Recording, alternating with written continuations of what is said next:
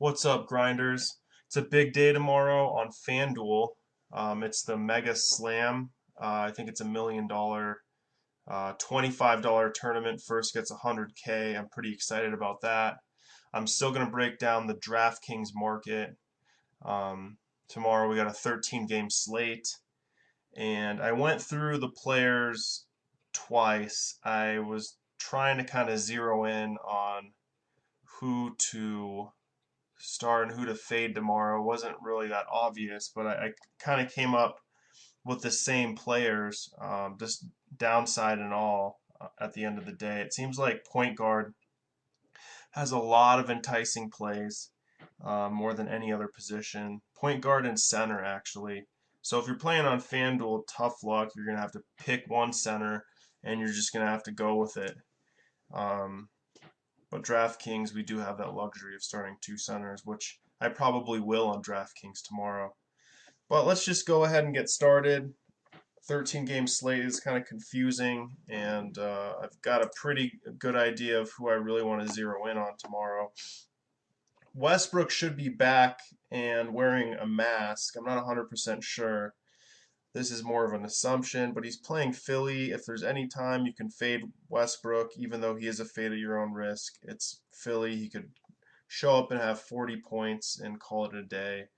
And at 11,500, that's just not good enough, but it's fade at your own risk, so I wouldn't fault you for starting him. Who I really want to target is Chris Paul in a Western Conference showdown in what should be a fast-paced and competitive game. And why I really like this game as well is because it's the last game of the night, and I really would prefer to play players in the last game of the night. I don't go out of my way to do it, um, but it's nice. It's a nice luxury to have, to kind of have a little hope. Um, and it should be somewhat high scoring, I would assume, in the 208 over under range. And it looks like he's got a decent matchup against Lillard. I don't think Lillard's an elite defender. And 10,200, pricey, but it's worth it. I mean, he dropped 60 fantasy points last game.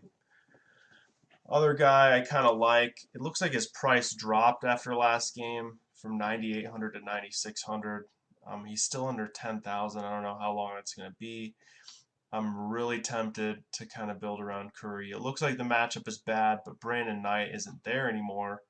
Um, they're dealing with MCW and Bayless.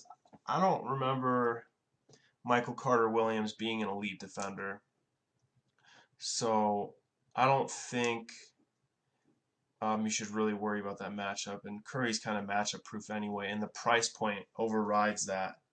And it could be, the Warriors have been struggling lately. They just lost to the Nets. They almost lost to the Celtics. It could turn into a competitive game. Milwaukee's decent. So I'm kind of torn tomorrow, Curry or Paul. I think I'm going to just stick it out with Paul. Um, Lillard, he's got a tougher matchup, but so did Rubio, and Rubio put up what 55 or 50 fantasy points the other night, something crazy like that. He doesn't necessarily need to score, even though Lillard is a scorer, but he'll find a way in this game. And his price point is pretty low too.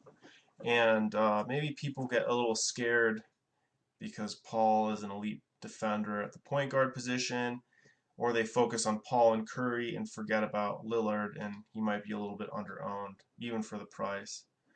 Um, I'm not sure if I'm going to start him. I think I'm just not going to overthink it tomorrow and go with Paul, but it's an interesting play either way. Rubio is playing a train wreck of a team in Denver. They just fired their coach. Somehow they won tonight. Gave up a lot of points. I don't remember what it was. I still haven't looked at that. I've been spending the last few hours kind of writing articles and going over all these matchups. But I do like Rubio, and it's not like Minnesota is this great team, but the only reason I don't necessarily want to go Rubio is because I'm targeting the bigs against Denver in that game. But I mean, I wouldn't mind stacking Rubio with Dieng or Pekovic if Pekovic is back. So once we go a little lower, the next guy I would want to start is Mo Williams. He's on fire. He's playing Brooklyn. This guy is just an unstoppable force at point guard. And I mean, like, look at these last 4 games. He's explosive. He's playing Darren Williams. Um, Brooklyn's in the playoff race. I don't think it, it's not, doesn't seem like it would be a blowout between these two teams. I feel like it would be like somewhat evenly matched. I don't know what the spread would be. I could be wrong. I haven't seen the over-unders or anything like that.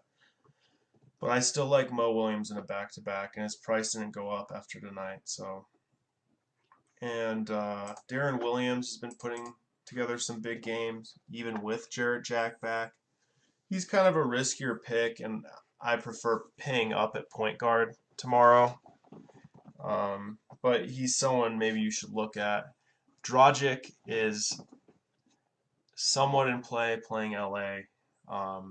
It's a really risky pick. And the cool thing about that situation is if he's out, you can definitely confidently fire up Chalmers, which will give you cap relief against the Lakers, who Mo Williams just chopped to pieces at the point guard position tonight. And I don't know if you can get the same production, but you might get close to that production at 4,500. So that's something you can jump on. Shooting guard is a little bit more confusing for me. I'm still a bit unsure about the whole situation, to be honest with you. I mean, Harden is a fade at your own risk. He should play tomorrow. I think you can fire him up. I'm probably not going to play him tomorrow. I'm going to go expensive on point guard and maybe just go a little cheaper on shooting guard. Looks like Bledsoe's playing against Oladipo and looks like kind of a tougher matchup. And he seems a bit overpriced right now. And I think you can fade Bledsoe tomorrow. And I kind of like Thompson in what could be decently competitive game. And it looks like the matchup is a little bit better as well. Man, DeRozan really... I had been riding DeRozan for a couple weeks now, and I just kept telling myself, this is going to be the game, this is going to be the game, this is going to be the game. And then I faded him last game, and he had 55. And I have a bit of a resentment against him. And his price went up about 200 from 7,000 to 7,200. The reason I like DeRozan is because he's playing the Cavs, and the matchup doesn't look too good, but it could be somewhat of a competitive East Coast battle, or maybe not. I mean, the Raptors have been pretty bad lately.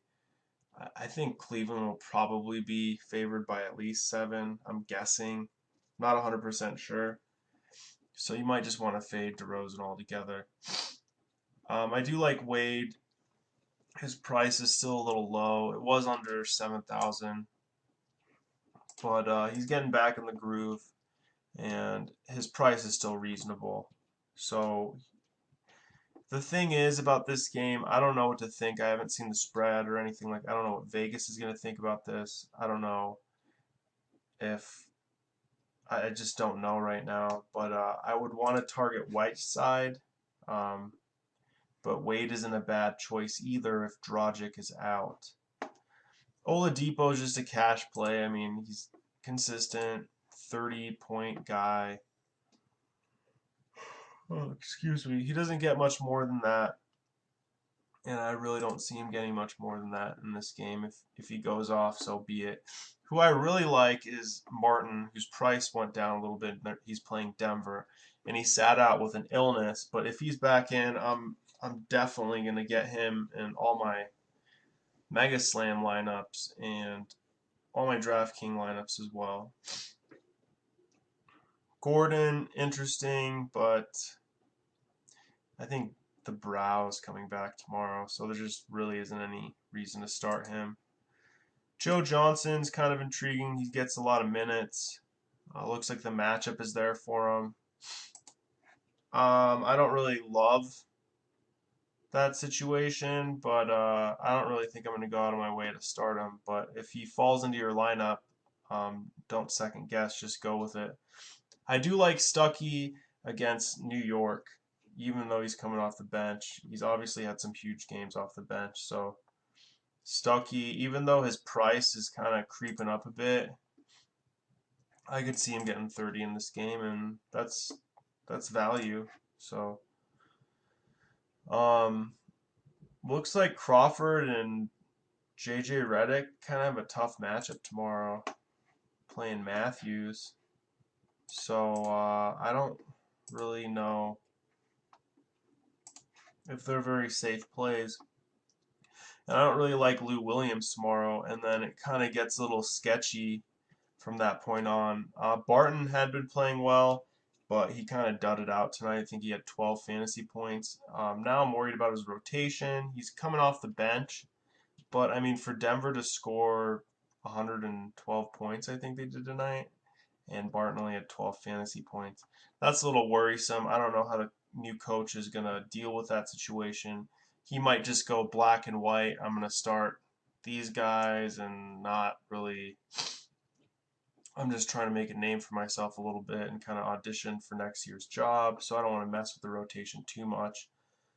Let's just keep rolling out X, Y, and Z. And I do like Gallinari, but he's listed as a small forward. Gary Neal is in play. He had a pretty big game the other night. If Martin sits, I do like him again in this game. Secretly hoping Martin he sits and that he's okay in real life. So I know I said build around Paul, but LeBron is another guy you should potentially build around. But make sure you kind of keep an eye on the spread. But the thing is, he is coming off 2 losses, and he's, you know how he is coming off losses, and he blew out the Celtics tonight, and I think he still put up 45 points, which is pretty close to value. Pretty much is value. So I don't mind rolling him out again. Maybe the Raptors put up a fight because they want to stay in the thick of the race. Um, so Paul and LeBron, Chris Paul, LeBron, and Curry are 3 guys I'm building around tomorrow. And then things get kind of sketchy at this position from here on out. I don't know how much I like Hayward because I'm targeting Gobert in that game.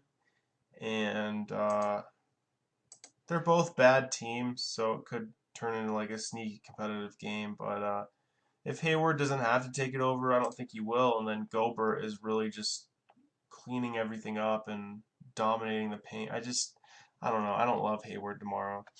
Kawhi is intriguing. He's kind of hitting his groove. Um, but you just never know what the hell's going to happen with Sacramento. You don't know. I don't know. I don't know what to think about that game. I'm fading him. I'd rather go Greek Freak against Golden State. I kind of like his potential in that game a little bit more than Kawhi Leonard's. And Wiggins is an intriguing choice, but I don't know. He's really consistent to around 28 points. And look, I mean, his biggest game is 41 points. That's great and all, but that's not tournament winning great, so you can fade him. I really like Tobias Harris against the Phoenix Suns, who their own coach just called soft. And it looks like Harris is healthy and kind of getting back in the swing of things, and his price is a little bit low. So I love Harris tomorrow. And I also really like Gallinari. He's getting a ton of minutes consistently. The interim coach probably really likes him because, you know, he doesn't have to figure out what he's going to get out of that position. So I do like Gallo tomorrow, even though 5,300 kind of scares me away a bit. I think he's still a good play tomorrow. And I might go like Harris, Gallo tomorrow. And there's nobody really below that I'm really interested in. And this is barring any injury news tomorrow. So make sure you keep an eye on that leading up to the Mega Slam or any Draftkings tournaments. Um, Ibaka looks like a great play targeting players against Philadelphia usually is a good play, but if Westbrook is playing tomorrow, just look out. I mean, that's it could just turn real ugly real fast, and I could see Ibaka getting 35 points, and that's great and all, but not enough to win a tournament. So if you're playing a cash game, he's probably a little bit safer. Um, from the sounds of it, I'm not a cash game specialist, but he seems much safer in cash games than he does in tournaments. I kind of like Love if the spread shows that it's going to be a little bit more competitive, maybe because the Cavs are on a back-to-back, the spread will be a little less than what I initially thought. So, I mean, I like Love tomorrow in that game. I like how he matches up. Um, Monroe is in play as long as Davis is out, so keep an eye on that. I think that's a pretty good play tomorrow. He's got a pretty good upside, but only if the Brow is out. Favors against Boston looks like a really good matchup, but the thing is, he's a consistent 33 to 38, usually 35 type of fantasy player. Looks like he had back-to-back 43-point games. I mean, that's just not going to happen very often. I don't know what he did tonight. I'm not 100% sure, but I think he did pretty decent. Or maybe he didn't because Gobert went off and had 24 rebounds. Looks like Randolph's out, but I still wouldn't like him against Terrence Jones. If there's a time you can fade Terrence Jones, it's tomorrow. But if Zebo isn't playing, you're starting Terrence Jones because you saw what Gobert did against him. And I know they play different positions, but it just leaves like a hole in that defense that Gasol kind of has to plug up a bit. I don't think he can handle Jones. I mean, just look what Gobert did tonight. Let's see here. Morris makes me really nervous for his price because his coach called him soft, or that whole team soft. Actually, going back to small forward, Tucker is the only guy I would probably comfortably start. He put in 40 minutes last game, and that was partially because Morris was gone. But if there's anybody that the coach might like in this whole situation, it's Tucker. And I'm not too confident about it, but it's kind of a interesting play tomorrow and a tough position to pick as well. Other than that, Noel against OKC could be a blowout. So I don't really love the situation, but then again, Noel's minutes are pretty safe and consistent because they're trying to develop him. So 6,500 might be a good enough price point to start him, and I'm going to put him on my list, but I'm not 100% sure I'm going to roll him out tomorrow. Center is very interesting. There's a lot of good plays tomorrow, and obviously Cousins, he's under 10,000. He's playing San Antonio, but who the hell's going to defend him in San Antonio? And the price kind of overrides the matchup just a bit. And then we go down to Jordan, and is it time to fade Jordan? Is it not time to fade Jordan? To be honest with you, I haven't decided yet. So maybe do a little bit more research on your own and kind of come to your own conclusion, because I don't really want to tell you to fade Jordan tomorrow when I'm not 100% sure you should. I'm going to say I'm not going to play him tomorrow because of all the other plays at center, and maybe that's a good enough reason to call him a fade. But I'm going to leave you guys up to that. Vucevic is a very interesting play tomorrow. Probably going to be a pretty high over-under, even though the Magic have slowed down a bit. Phoenix is pretty bad against bigs, and Vucevic has a 50-point upside pretty much every time he takes the floor. But then we have Whiteside over here. And I don't know how Vegas is going to project this, but I can't imagine it could be like a double-digit spread, and it doesn't look like on paper it could turn into a blowout. It's not like the Heat are some great team. They're trying to make a playoff run, but wow, Whiteside could really chop, chop up the Lakers. And he just got ejected last game, and maybe he's looking to kind of get back and play focused again. And I don't know. That's just a thought. I really like Whiteside tomorrow, and I don't really think I'm going to overthink it. I'm just going to start him. But I do like Gobert as well, and that kind of sucks because you can only start one center in the Fanduel Mega Slam. Um, this is a battle of two bad teams that could get sneaky competitive. Boston is just undermanned at the center and forward position, and I just could see Gobert, even on a back-to-back, just busting this game wide open, having another 20 rebounds and like 15 points, which is very tournament worthy. So I'm a little torn right now between Gobert and Whiteside, but everybody in between you can fade, even Gasol and of course Howard because he's out. Um, what you should really keep an eye on is Pekovic and Dieng. If Pekovic is out, you can fire up Dieng, and I would rather fire him up than Peck because Peck's creaky ankles. I feel like you could go into the game and then be out by the half. I don't know. I mean, I don't know how realistic that is, but that's how it feels, and I just don't feel comfortable putting him in. And then Cantor against Philly is an interesting play, but if it turns into a blowout, are they going to keep playing Cantor? So I would fade him. It's just not worth it. So that's everything, guys. If you guys haven't signed up to FanDuel and you want to jump into the Mega Slam, the links in the description below, and it gives you a 100% sign up bonus. If you guys want to talk strategy a little bit more, enter one of my Facebook groups. One of them doesn't belong to me, one of them does. The links are below also in the description. I'm in the admin of both of them, and we just talk strategy and just try to come to the best conclusion possible. And the smaller group, I think we're going to start doing like a weekly investment thing. So leading up to Wednesdays, which are the biggest days, we're going to get a bunch of guys to kind of invest together and put into the slam on Wednesday nights. As many tickets as we can buy as a group, and however much money we win, we're going to split accordingly, percentage wise, after taxes, of course. So there's not going to be any requirement. Maybe I'll put the requirement at a minimum of $5.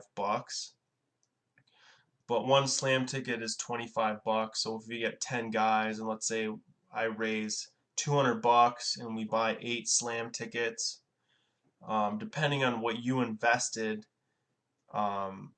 is what you're basically gonna get a percent. So if we won like $1,000 and you invested 5, and then we multiplied that, and then we'd figure out your percent, and I'd pay you out through PayPal, and that's just basically how we do it.